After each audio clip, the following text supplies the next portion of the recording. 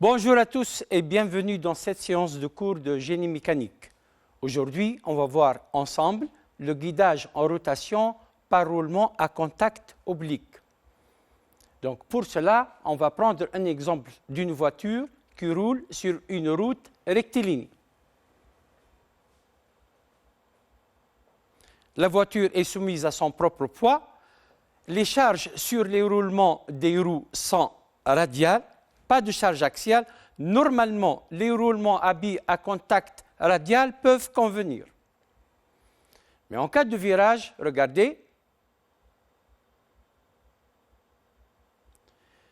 dans les virages, en plus des charges radiales, les forces centrifuges vont créer une charge axiale importante dans les deux sens, à droite ou à gauche. Cette charge axiale est transmise du moyeu vers la bague extérieure, de la bague extérieure vers les billes, des billes vers la bague intérieure et de la bague intérieure vers l'arbre. Là, on remarque qu'il y a des sollicitations maximales sur les deux parties des bagues extérieure et intérieure. Regardez bien, ça va donc, on regarde bien les sollicitations, et cela va provoquer une usure. Regardez.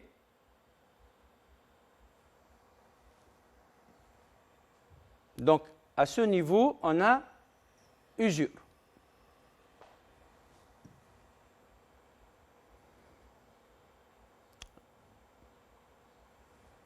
Donc, on va voir la suite.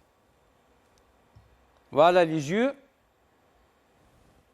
des deux côtés. Et la solution, donc, puisqu'il y a usure dans cette zone et cette zone, il faut renforcer les zones d'usure, les mettre plus épaisses. Regardez ce qui se passe. La zone soumise à des charges axiales est devenue épaisse.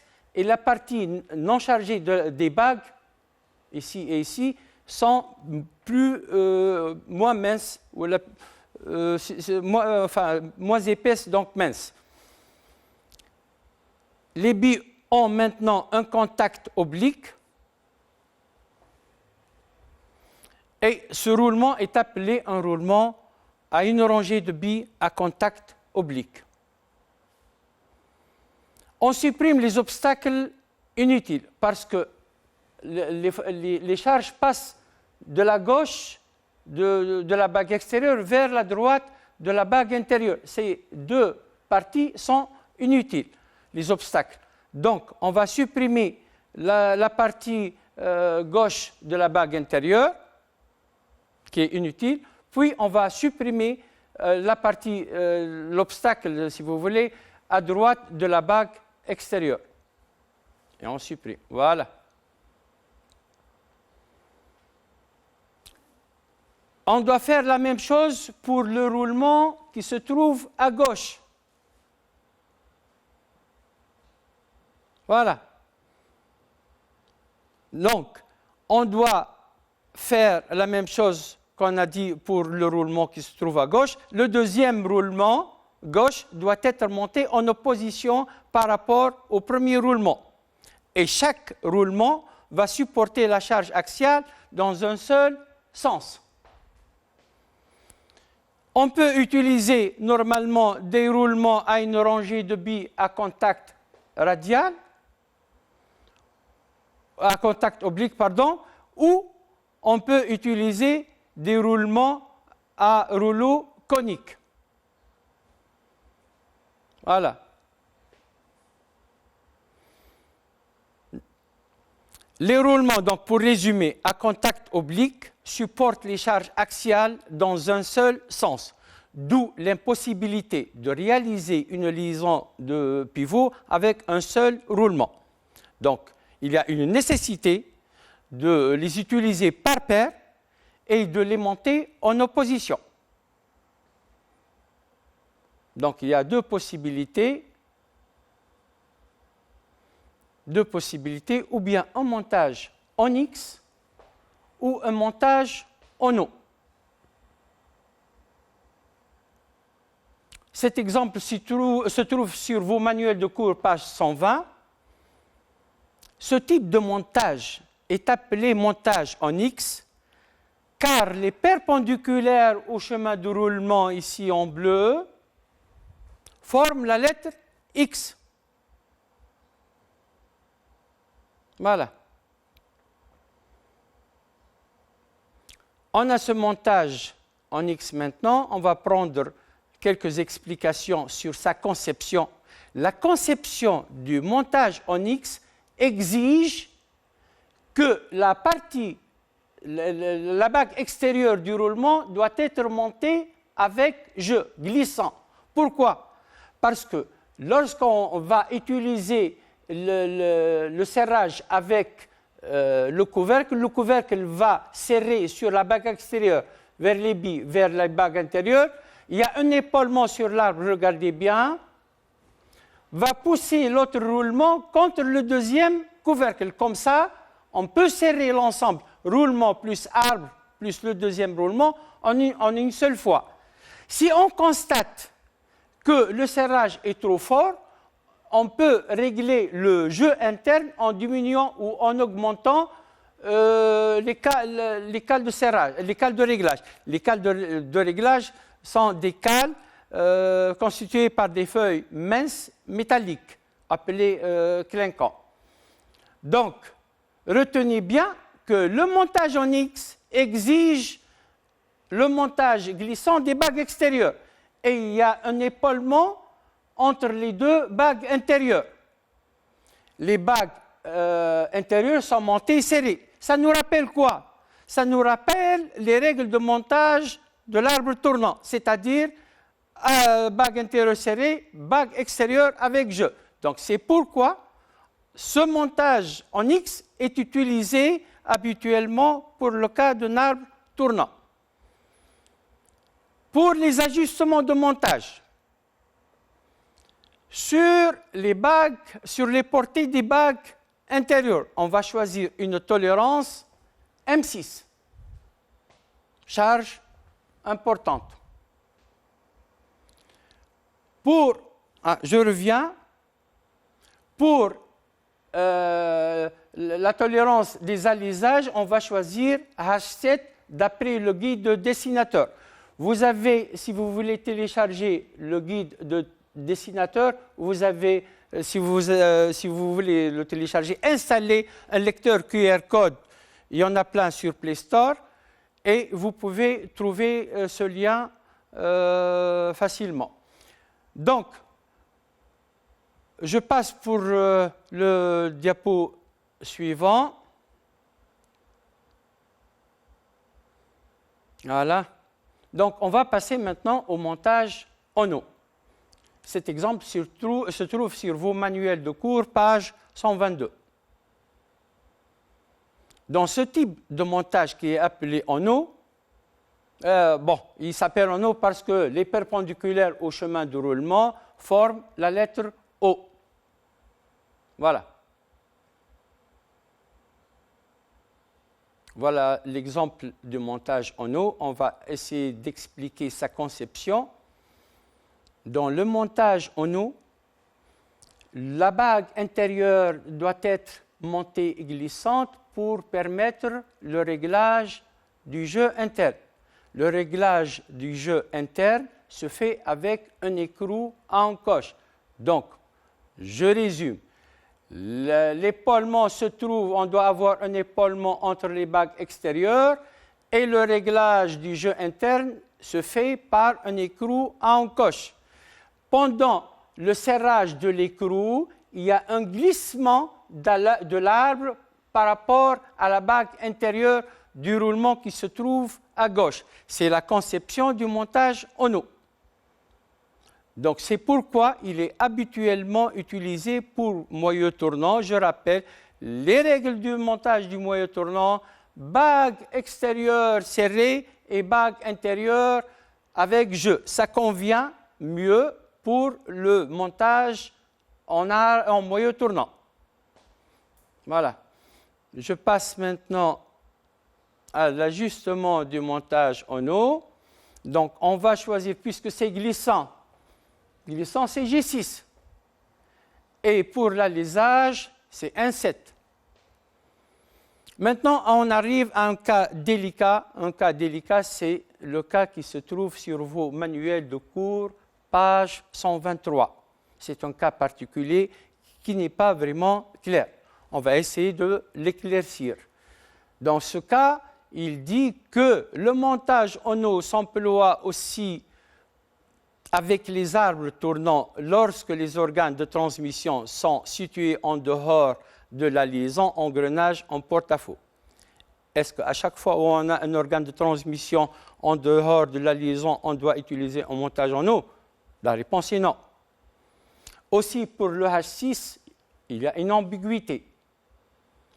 On va vous expliquer, les deux, il y a deux cas particuliers. Je vais commencer par le premier cas particulier. Je vais parler d'un cas où les roulements sont rapprochés avec une composante radiale à l'extérieur de la liaison. Le pignon conique, en fait, a une charge inclinée. Donc, il a une composante radiale et une composante axiale. Je vais m'intéresser seulement à la composante radiale et l'effet qu'elle va faire sur ce montage. Donc, on a un montage arbre tournant avec des roulements rapprochés. P1 et P2 sont les centres de poussée du roulement. Regardez qu'est-ce qui se passe si on a une charge radiale à l'extérieur de la liaison avec un roulement rapproché.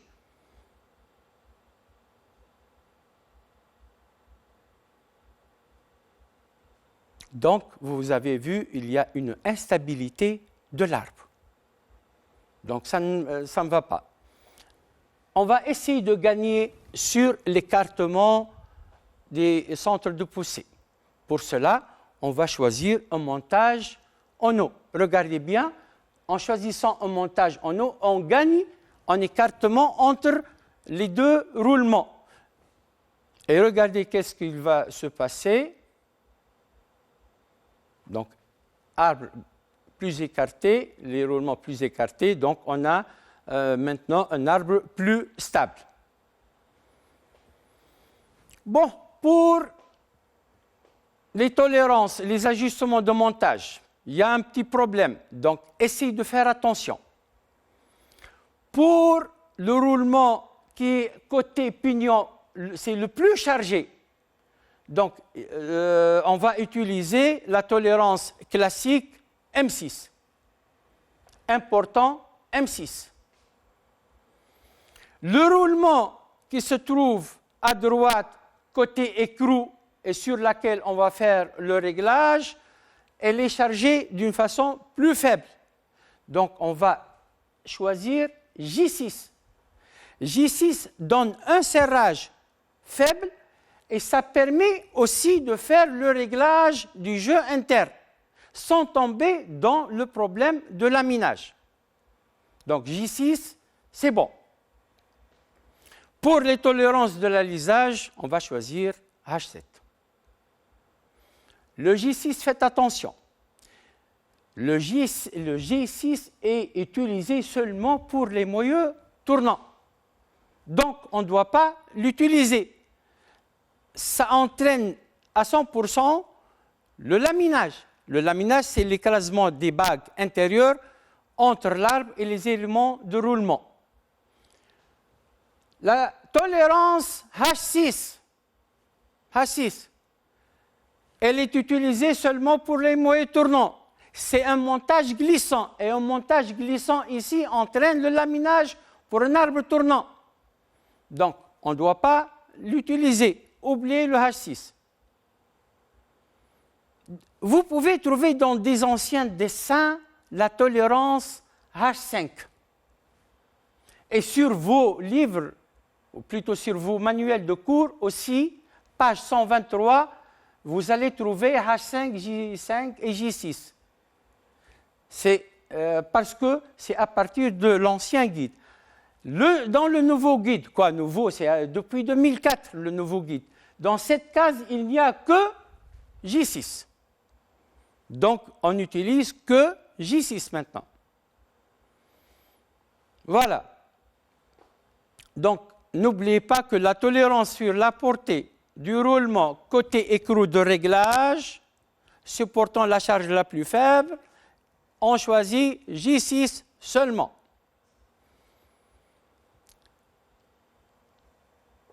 Et on obtient en fin de compte les tolérances, comme vous le voyez ici, pour le réglage du jeu. Je répète, là, on n'a pas un déplacement de la bague intérieure. Là, pendant le réglage, avec J6 qui est serré d'une façon faible de telle façon, on peut faire le réglage du jeu interne, mais sans tomber dans le problème de laminage. Voilà, c'est le récap du premier cas. On va voir maintenant le deuxième cas particulier. Le deuxième cas particulier, c'est un arbre lent avec une charge axiale en bout d'arbre. Cet exemple, vous pouvez le voir sur le manuel d'activité, page 113. Donc, l'effort axial, la composante axiale qui vient, enfin, tout à l'heure, la force est inclinée.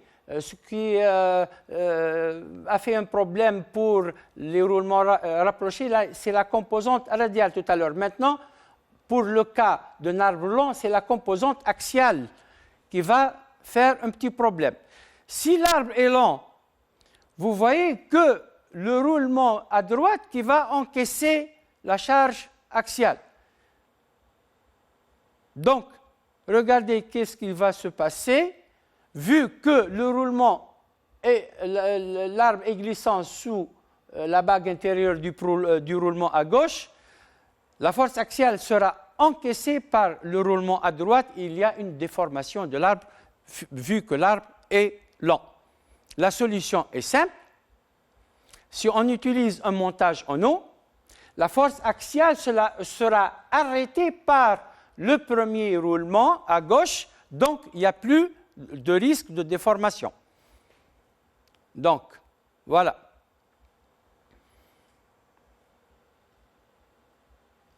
Retenez bien donc, dans le cas d'un arbre long avec une charge axiale appliquée en bout d'arbre, on utilise un montage en eau pour éviter la déformation de l'arbre.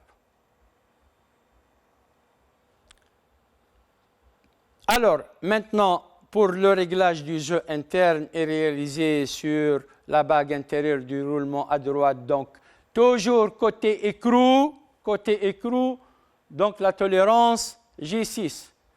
Côté élément de transmission la plus chargée, on va utiliser M6. Pour les alisages, c'est toujours H7. À retenir maintenant. Dans le cas de moyeu tournant, il n'y a pas de problème. Toujours un montage en eau. Dans le cas d'un arbre tournant, le cas habituel, on utilise un montage en X. Sauf, dans le premier cas, on a vu, dans le cas d'un arbre court avec charge radiale à l'extérieur de la liaison, on utilise un montage en eau. Pourquoi ? Pour éloigner les centres de poussée et donner plus de stabilité à l'arbre. Dans le deuxième cas particulier, si on a un arbre long avec une charge axiale en bout d'arbre, on utilise un montage en eau. Pourquoi ? Pour éviter la déformation de l'arbre. Voilà. Je vais revenir maintenant sur ces deux dessins. J'ai préparé pour vous une modélisation en 3D sur SolidWorks. On va traiter le premier cas. Donc, vous pouvez voir le couvercle qui va serrer sur le roulement va serrer sur l'arbre, sur l'épaulement, et l'épaulement va serrer sur le deuxième roulement et le tout contre le couvercle à droite. Donc,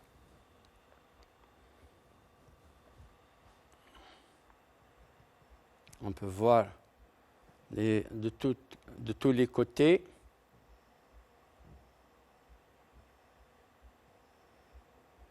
J'ai préparé pour vous une petite animation pour le montage, l'ordre du montage de cet ensemble.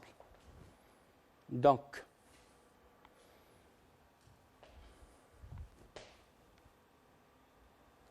voilà. Donc, je vais lancer l'animation.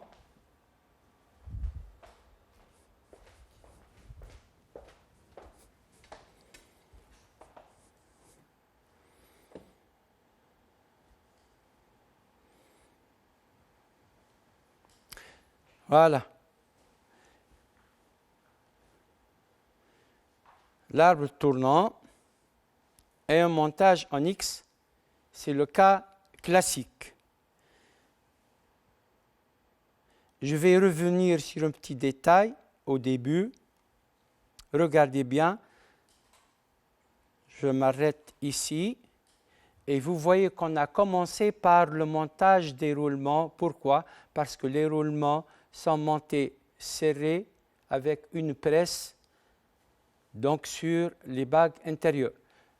On peut monter ça à l'extérieur, puis monter le tout, l'ensemble arbre plus roulement, dans le moyeu.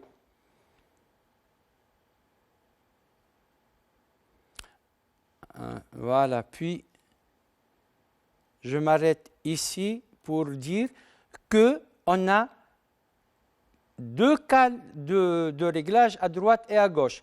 Normalement, on a besoin seulement d'un seul côté les cales de réglage, mais parfois on a besoin aussi de régler la position axiale de l'arbre.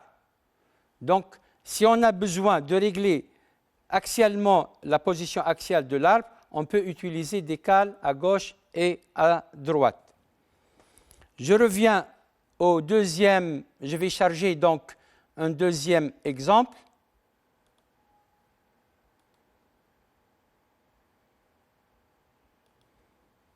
Alors, le deuxième exemple, c'est celui-là. Donc, le montage en eau.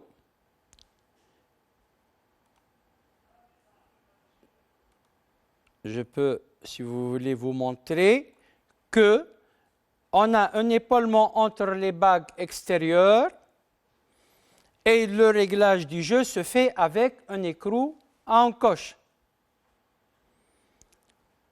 Si vous voulez voir une petite animation, là je m'arrête pour vous dire que dans le cas de moyeu tournant, on utilise les bagues extérieures plutôt sont serrées, donc on commence par les monter sur le moyeu, et puis puisque l'arbre est monté avec jeu, on le monte à la fin.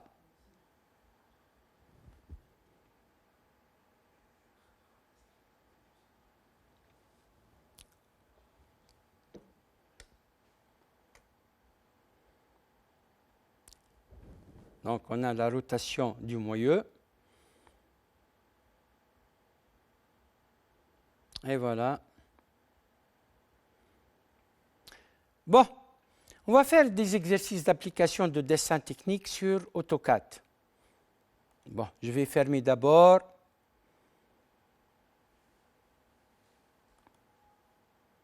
Et je vais passer à AutoCAD et je vais commencer par un exemple qui se trouve sur vos manuels d'activité. Je vais fermer, attendez, voilà. Cet exemple se trouve sur vos manuels d'activité, page 123, exactement là. Page 123. Et là, il est proposé par un montage en X, malgré que l'organe de transmission est à l'extérieur de la liaison. Je vais vous expliquer pourquoi. Donc, je vais commencer le dessin. Je vais aller tout doucement. Je vais prendre le temps pour vous expliquer comment on dessine. Donc, je commence par monter les roulements. Je vais utiliser un AutoCAD Mechanical. C'est comme l'AutoCAD classique, mais l'avantage, il a des bibliothèques, que ce soit des bibliothèques de pièces standards, ou bien on peut ajouter même des bibliothèques personnalisées. Donc, je vais commencer par le montage des roulements. On va monter le roulement. Donc, un roulement type BT. Pour faire le montage en X, je vais choisir ce roulement. Point d'insertion, angle de rotation 0. Donc, le roulement va être de diamètre intérieur 20, 47, 14. Terminé. Le premier roulement est en place. Maintenant, le deuxième roulement, ce roulement-là, point d'insertion, angle de rotation, de même, diamètre intérieur 20, diamètre extérieur 47 et 14. Les deux roulements maintenant sont en place et forment, et c'est un montage en X. Maintenant, je vais placer les couvercles. Pour cela, je vais choisir le calque du couvercle 1 et j'ai une autre bibliothèque des couvercles, le couvercle numéro 1 qui sera placé ici. L'angle de rotation 0, c'est bon. Le premier couvercle est en place. Je vais mettre le deuxième couvercle, couvercle 2. Donc, couvercle 2 qui va être inséré dans ce point, angle de rotation 0. Les deux couvercles et les roulements sont insérés. Maintenant, je peux insérer, si vous voulez, les joints. Donc, je reviens au contenu, c'est la bibliothèque standard d'AutoCAD Mechanical. Sur l'arbre, on trouve le joint. Donc, on va utiliser un joint d'arbre, type Polstra UE. Cette vue que je vais utiliser, le point d'insertion sur l'arbre, je vais choisir un point sur l'axe et avec la souris, on va choisir le diamètre extérieur. Joint en place. Sur le deuxième couvercle, je vais faire la même chose. Un joint d'arbre type Polstra, vue de face, le point d'insertion ici, l'axe et puis le diamètre extérieur. Bon, si vous voulez, on peut, si on a le temps, de compléter l'accouplement.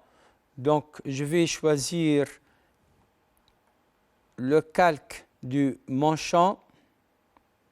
Donc, manchon, et je vais insérer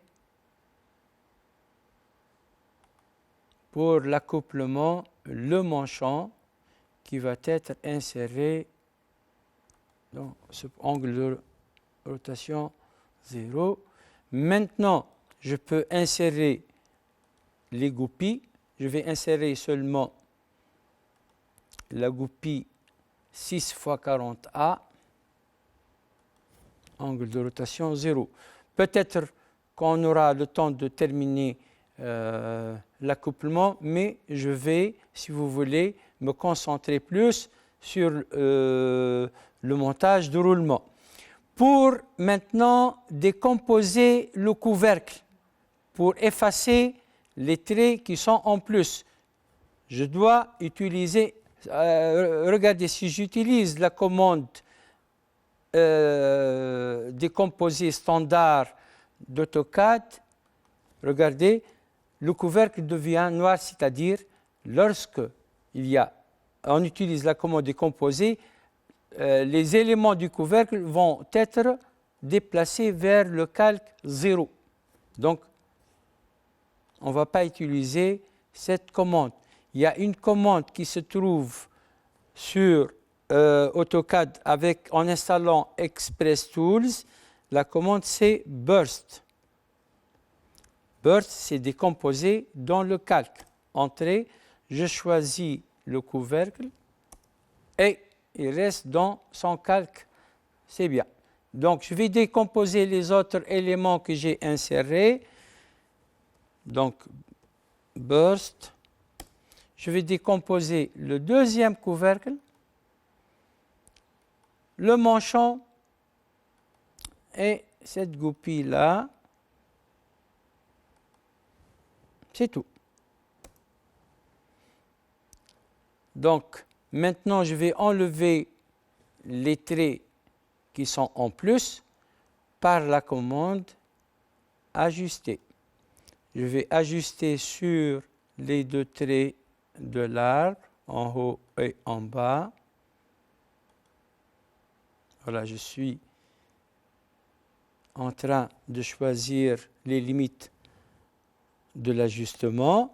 Maintenant, à chaque trait, à chaque fois que je clique sur un trait, il sera supprimé entre les extrémités de l'arbre. Je vais faire la même chose pour le deuxième couvercle, donc la commande Ajuster sur les limites de l'arbre.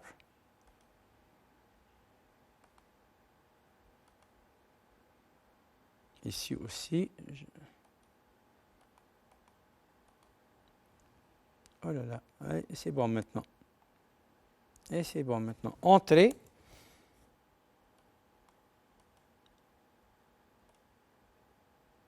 Bon, je vais les choisir en même temps, les trois, comme ça, voilà. Et enfin, il reste un seul trait, ce trait bleu du manchon, donc ajusté sur ces deux traits.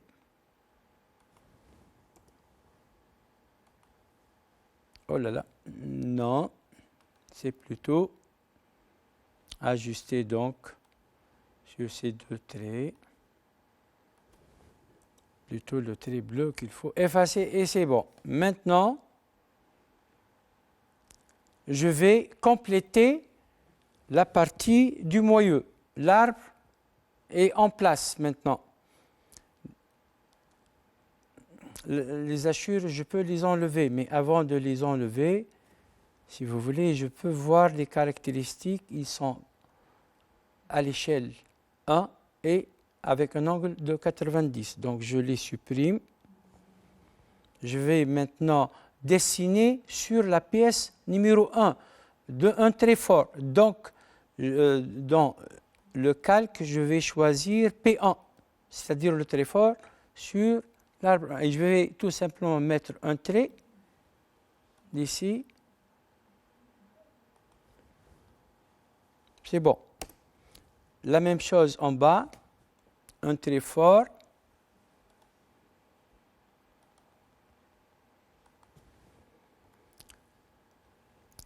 Les traits d'écale n'arrivent pas aux limites. Je vais les prolonger. Donc, prolonger sur ce trait et sur ce trait. Donc, cette partie va être prolongée. Et c'est bon. Enfin, pour faire les hachures maintenant, je vais choisir H1, c'est-à-dire les hachures sur la pièce numéro 1. Donc, hachure, échelle 1, angle 90. Donc, c'est bon.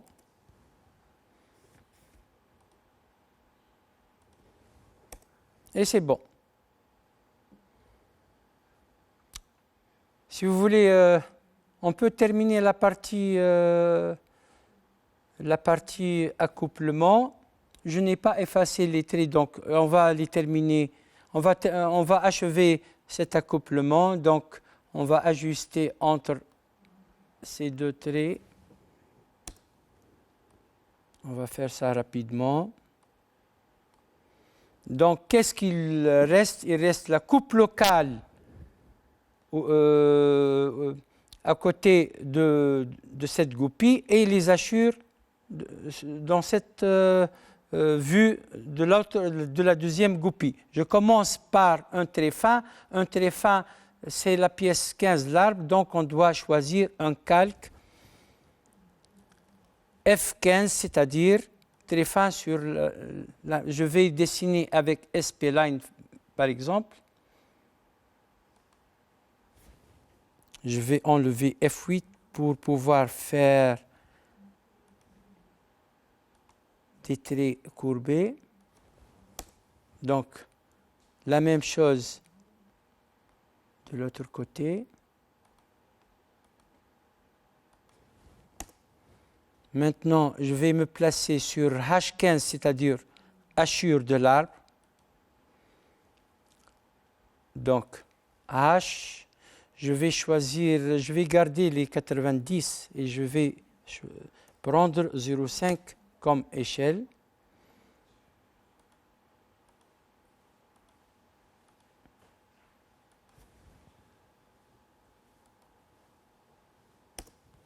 Et c'est bon.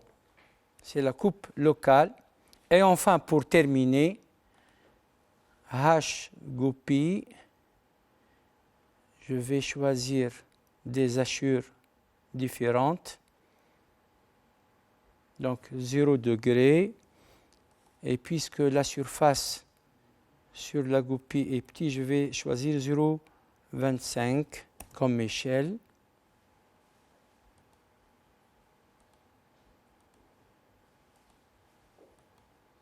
C'est bon. Alors, pour terminer ce dessin, je vais placer les cotes tolérancées des portées de roulement. Donc, pour cela, je vais choisir annoter, vertical, cote verticale, F8 pour avoir des traits verticaux. Je choisis l'emplacement de la cote et j'attends. Donc à gauche, je peux placer le signe du diamètre et à droite, je vais placer, puisque c'est un montage arbre tournant, je vais écrire M6. Et voilà. Pour la tolérance sur l'alisage, donc je vais revenir à annoter.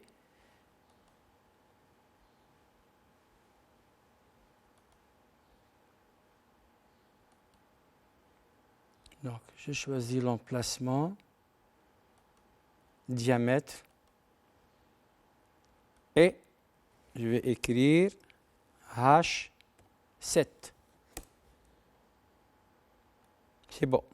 Bon, pour le joint à lèvres, donc on doit choisir petit H11 comme tolérance de l'arbre et grand H8 comme tolérance sur le moyeu.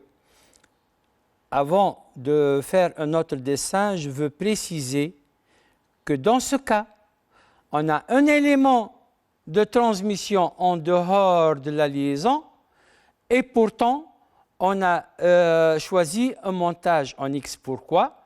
Parce que cet élément de transmission qui est l'accouplement, il n'y a pas de transmission d'effort axial. L'accouplement transmet seulement un couple à la barre de chariotage numéro 15. Donc, il n'y a pas de charge axiale. C'est pourquoi le montage en X est choisi. Si vous voulez, je vais passer maintenant à un deuxième dessin où on va utiliser un montage. Mais avant, si vous voulez, je peux vous montrer. J'ai préparé pour vous une modélisation en 3D de cet exemple. Je vais la charger.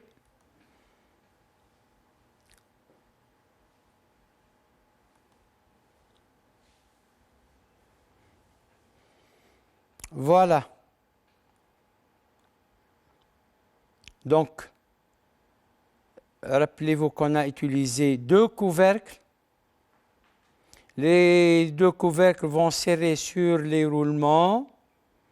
sur l'épaulement, sur le deuxième roulement et sur le couvercle, le deuxième couvercle à droite. Et on voit bien ici l'élément de transmission qui est l'accouplement.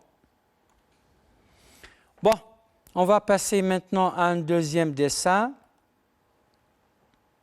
sur AutoCAD.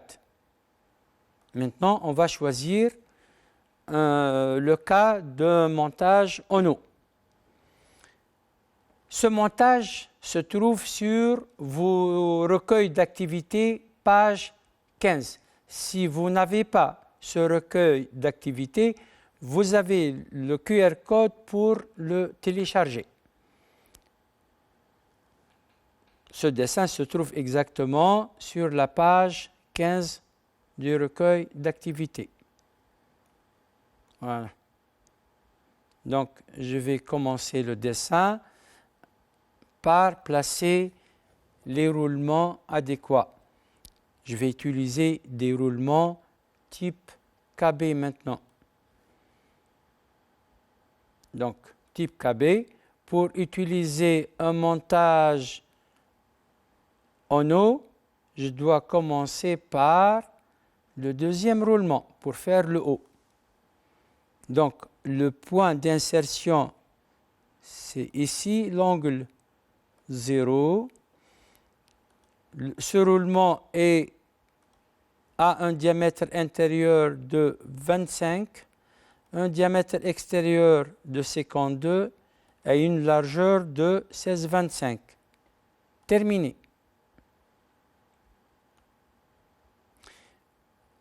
Ne vous en faites pas pour ces cercles bleus, ils ne sont pas imprimables.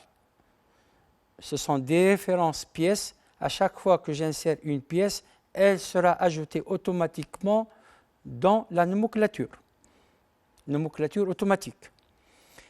Je vais maintenant passer à gauche, mais avant de monter le roulement, je vais placer la partie filetée. Donc la partie filetée, c'est notre bibliothèque personnelle. On a préparé un bout d'arbre fileté et rainuré. Donc, il faut choisir ce sens.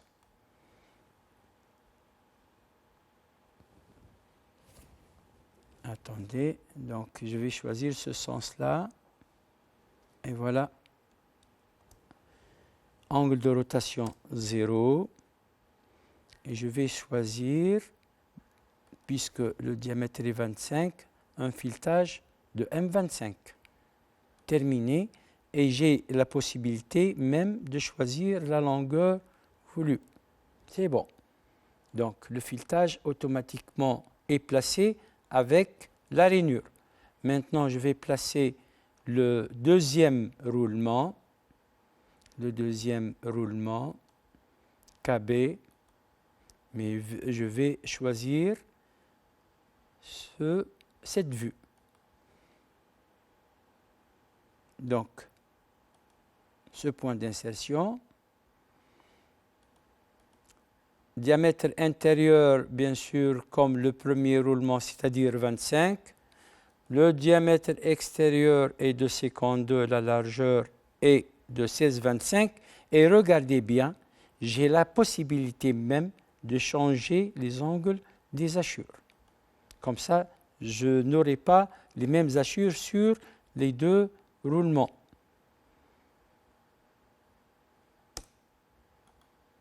Et le deuxième roulement est bien placé. Maintenant, il le reste, l'écrou. L'écrou en coche avec sa rondelle. Donc, cette vue que va être choisie, angle de rotation 0. Bien sûr, comme le diamètre est 25, on va choisir un écrou de 25, terminé. Et voilà notre montage. Les obstacles sur les arbres sont bien placés. Il reste maintenant la partie extérieure. Je vais commencer par insérer le couvercle 4. Le couvercle 4. Je vais le placer ici. Donc, j'ai le calque 4, c'est bon. Bibliothèque, couvercle 4. Je vais l'insérer ici. Angle de rotation 0. C'est bon. Il reste, pour terminer les insertions, je pense qu'il reste seulement le joint à lèvres. Donc, contenu, arbre, joint d'arbre, joint polstra, cette vue. La même chose, donc le point d'insertion, ici. Un point sur l'axe et le diamètre. Regardez, le diamètre sera choisi de la bibliothèque, c'est-à-dire je ne peux pas avoir n'importe quel diamètre. Ce sont les diamètres à partir, par exemple, de le déplacement donne en ordre de ce qui existe sur la bibliothèque. Donc, c'est bon. Je vais utiliser la même chose pour décomposer le couvercle, la commande burst.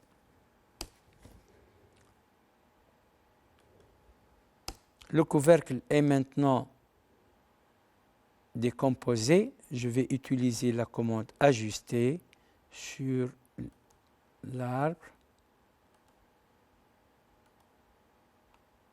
C'est bon, entrée.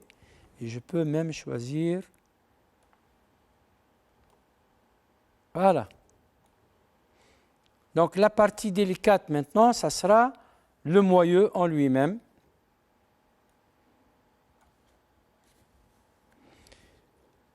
Alors, avant d'effacer l'hachure, je peux voir les caractéristiques de l'hachure. Échelle 0,35, angle 90, et le motif, c'est le 1,632. Donc, je peux le supprimer si vous voulez. Et puisque c'est la pièce 6 qui contient, c'est le moyeu, donc je vais me placer sur P6, treffort de la pièce 6. Et je vais faire un trait d'ici. Alors, je vais, si vous voulez faire une gorge intérieure ou un petit lamage, un petit chambrage plutôt. Bon, je vais m'arrêter ici. Voilà.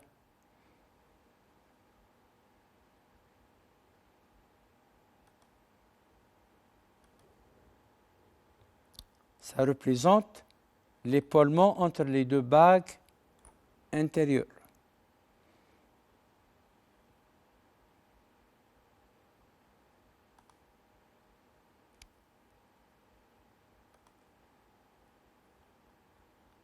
Et en fin de compte,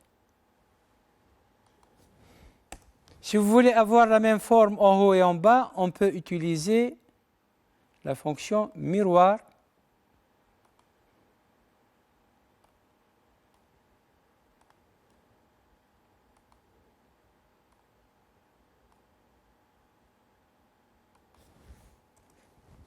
Je choisis 2 points de l'axe de symétrie et on remarque que la partie basse est dessinée. Il reste en fin de compte les hachures.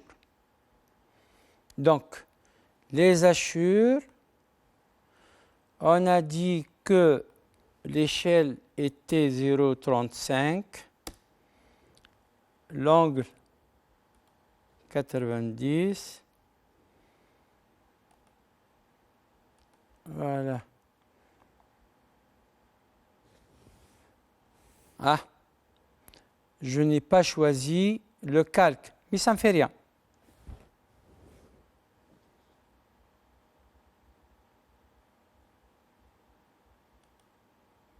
Bon, ainsi 32.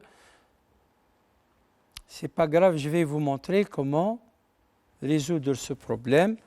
Donc, les hachures sont maintenant sur P6, dans le calque des tréforts. C'est pas grave, je les sélectionne et puis je sélectionne H6 et le problème sera résolu. C'est bon. Voilà le dessin complet.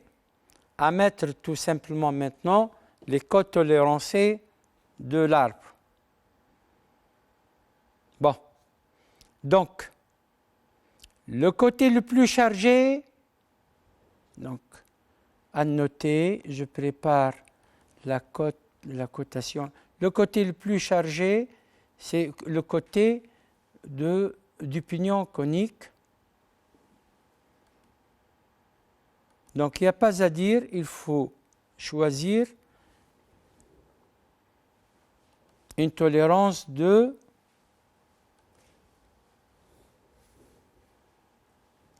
M6. C'est bien.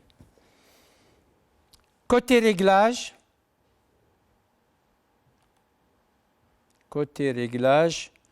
donc ça sera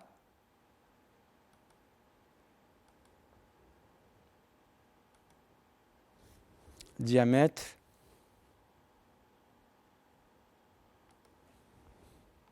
alors je vais mettre quoi?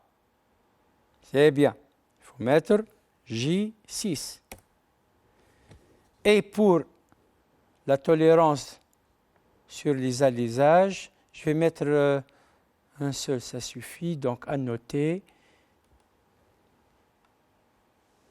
Je vais le mettre ici par exemple. Donc diamètre.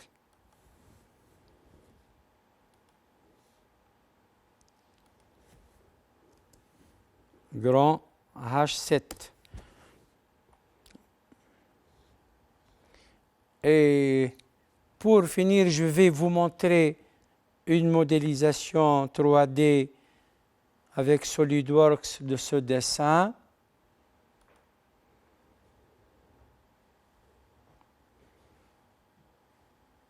Voilà. Vous voyez là le pignon qui se trouve en bout d'arbre. Là, il y a l'épaulement sur les bagues extérieures. Il y a ici l'écrou pour régler donc le jeu interne. Pourquoi on utilise un écrou en coche? Parce que après le réglage, c'est un écrou frein. On doit normalement plier le dent pour éviter le desserrage pendant le fonctionnement. Ainsi s'achève cette séance. Je vous souhaite beaucoup de courage et à bientôt.